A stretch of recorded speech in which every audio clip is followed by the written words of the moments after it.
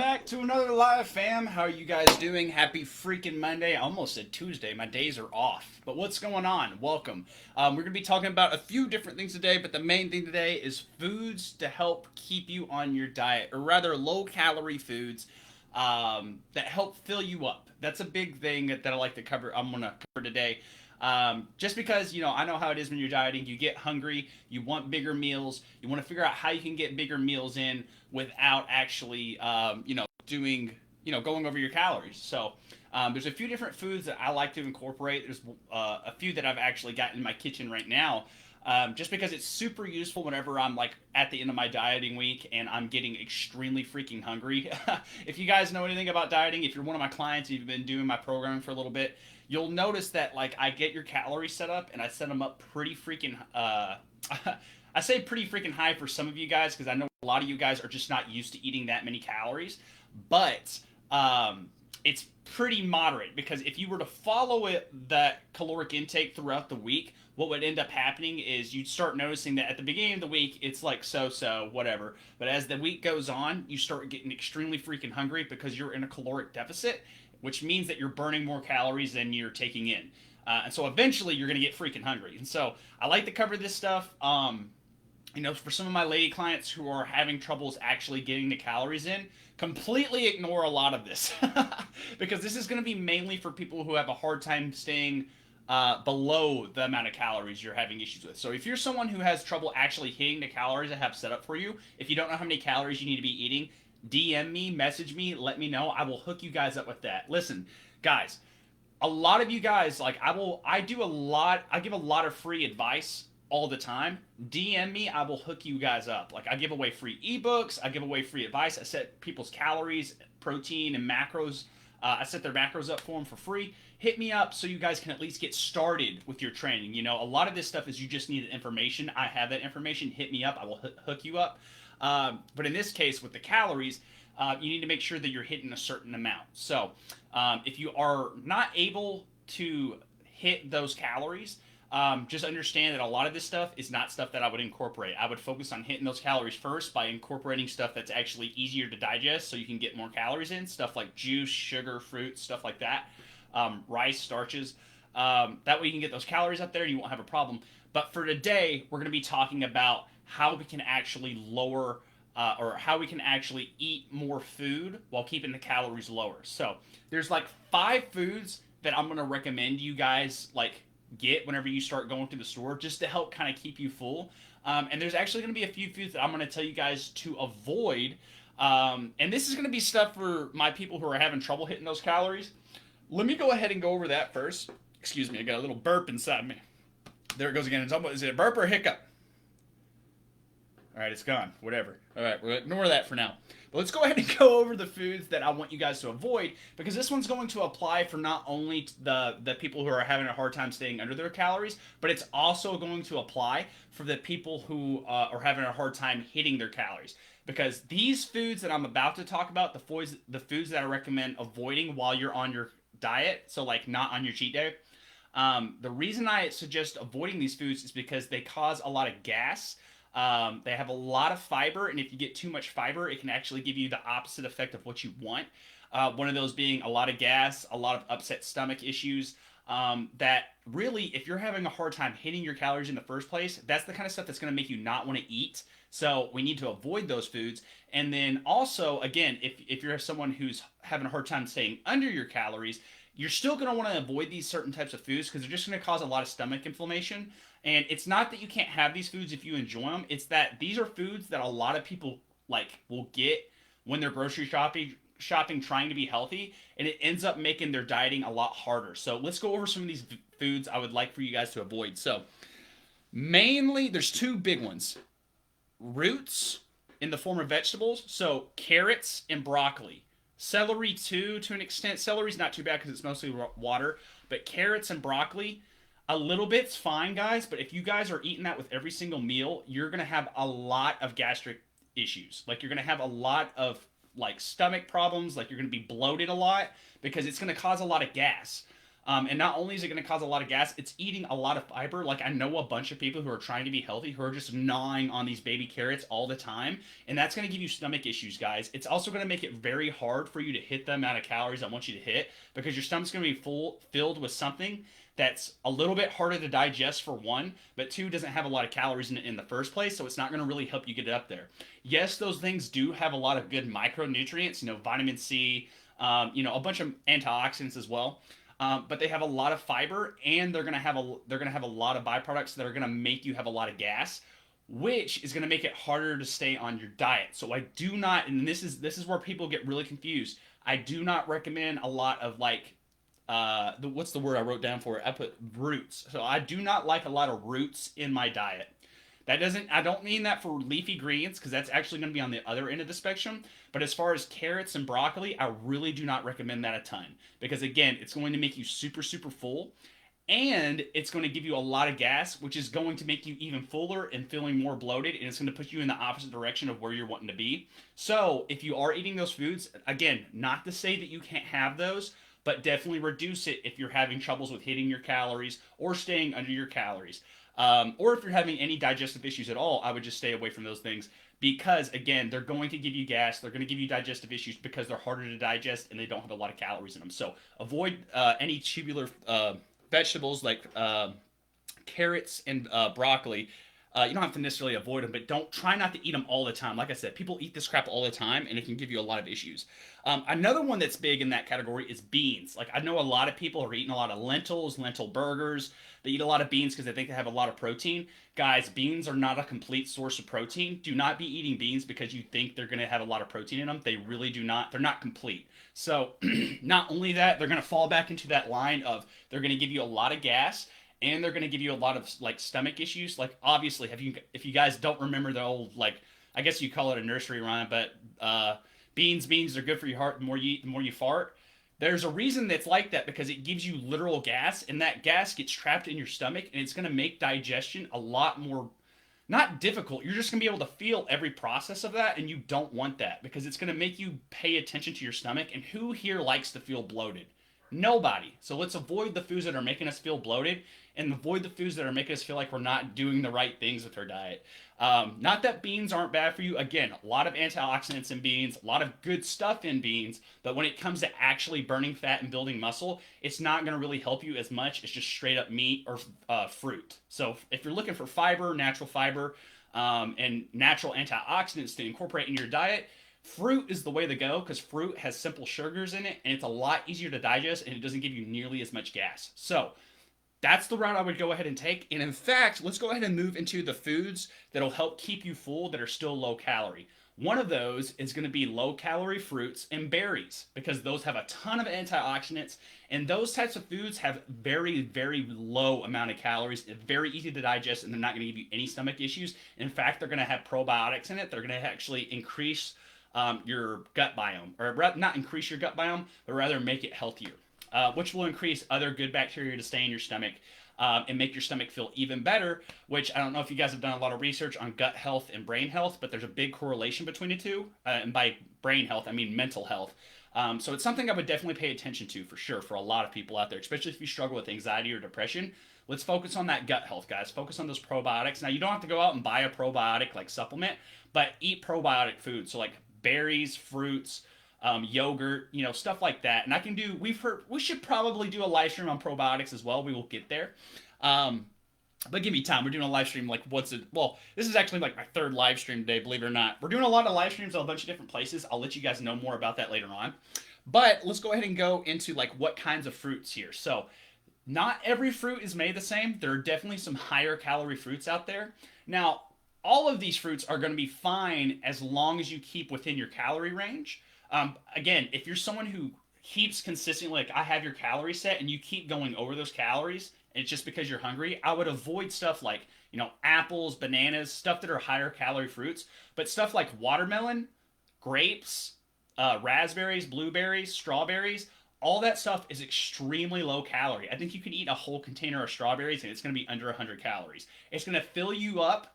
It's going to have good, healthy fiber, a healthy amount of fiber, rather. And it's going to have a lot of antioxidants in there as well that are going to be extremely good for your stomach. So that's a route I would take when we're talking about like fruits or vegetables. Definitely fruits. Fruits are definitely the way to go when it comes to like how our body's going to react to it.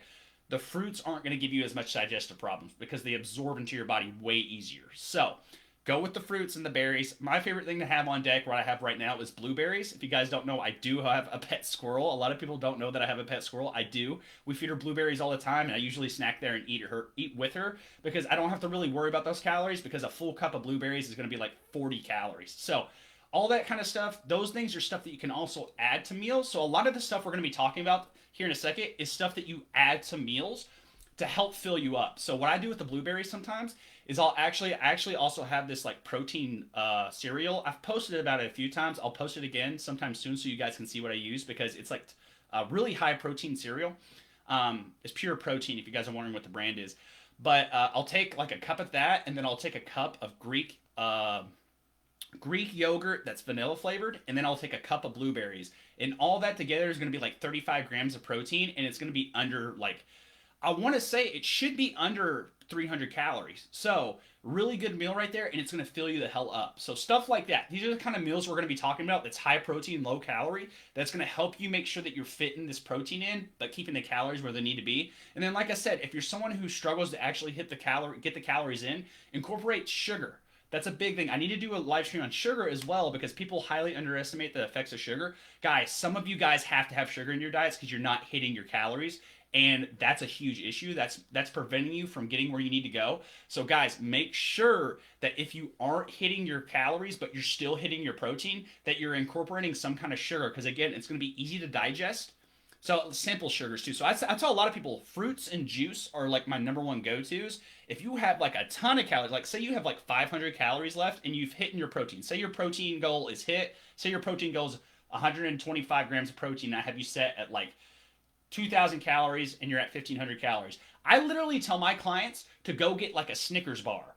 Dead ass. Like it's so important that you guys hit that calorie goal because if you don't hit that calorie goal, your muscle's going to drop and your body fat percentage is going to go up because your body fat percentage completely relies on how much muscle you have. So keep that in mind, guys, that like you still have to hit a certain amount of calories. Undereating is still a very real thing, and overeating is still a very real thing. We have to find the balance in between, okay? So, we just talked about berries and fruits. I also like to talk about eggs. Eggs are an excellent low-calorie snack. You can make it as a snack, or you can make it as a full meal. It's however you want to do it. The reason I like eggs so much is because there's a couple reasons. One of my main reasons I like eggs so much is because they're one of the most micronutrient dense foods that you can possibly be eating. 3 eggs with the yolk is equivalent to taking a multivitamin, a natural multivitamin. So I highly recommend it, especially for those women who are worried about loose skin.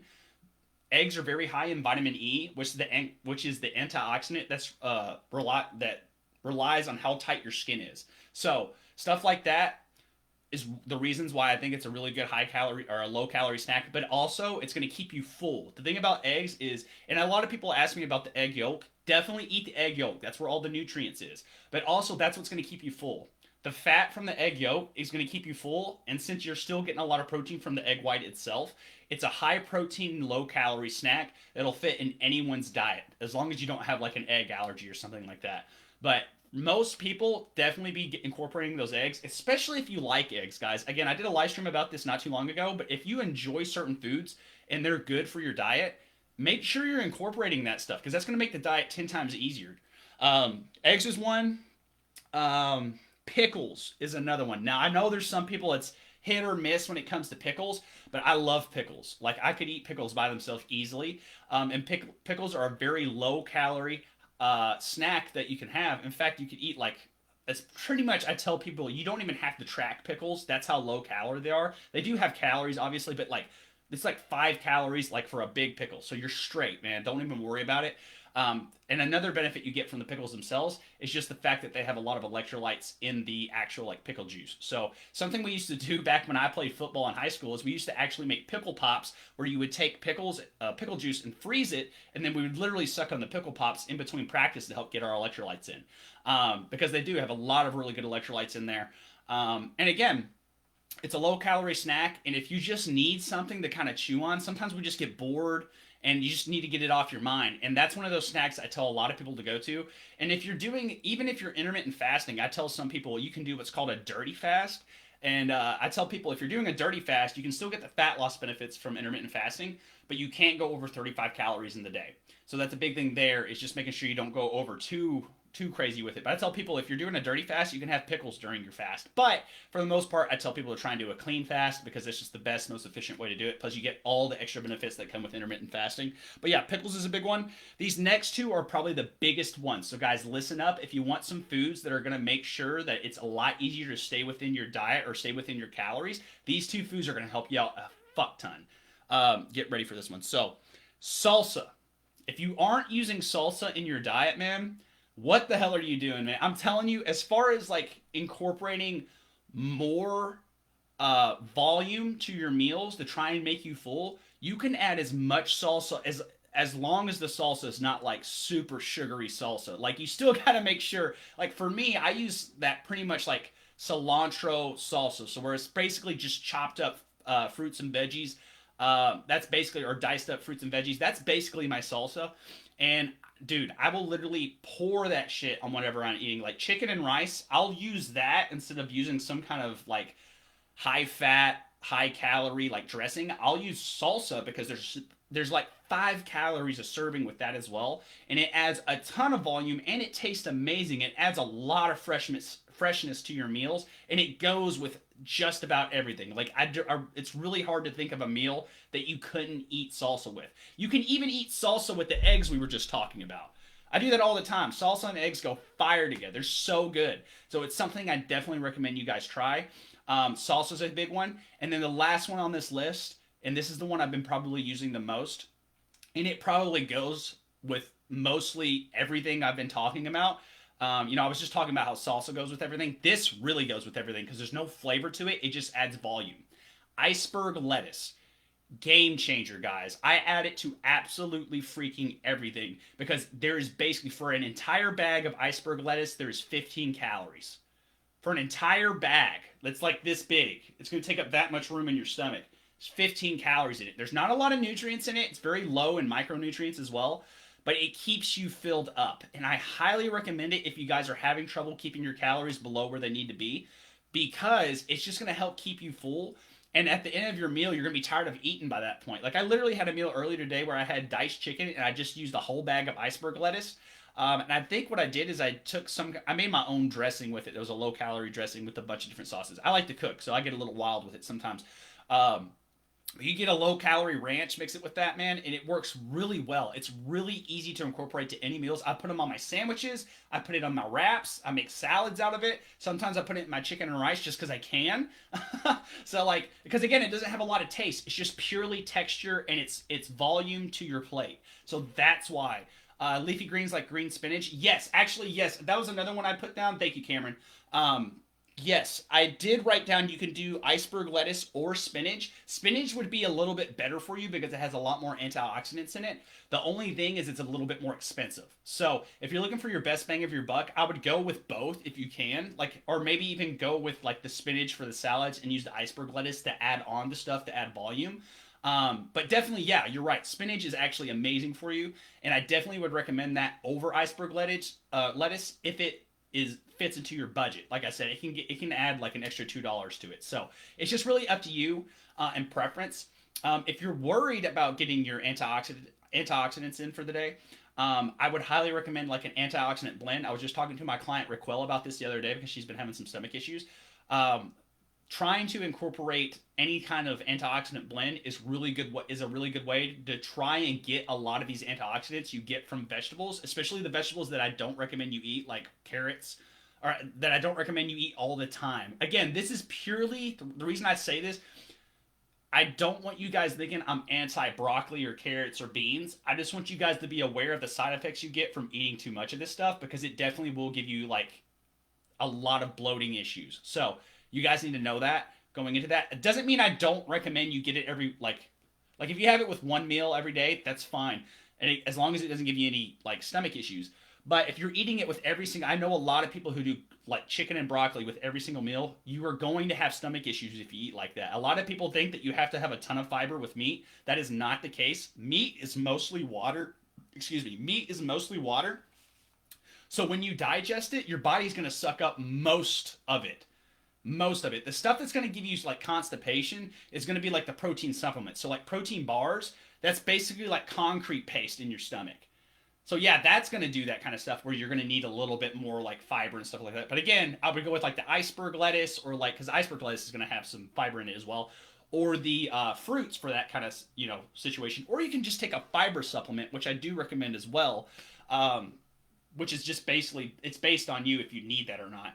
But for the most part, I would really highly rely on getting a lot of these antioxidants from leafy greens, fruits, and then get an antioxidant blend if you need it, if you feel like you need it. And I would definitely say it's worth the it's definitely worth it just because you definitely will feel the effects in your gut from taking something like that. Again, I do recommend it to a lot of my clients just because it makes your gut biome so much more healthy that it makes the cost worth it. And it's really not expensive. It's like $20 for a month supply of like antioxidant blend. You can get some at any supplement store.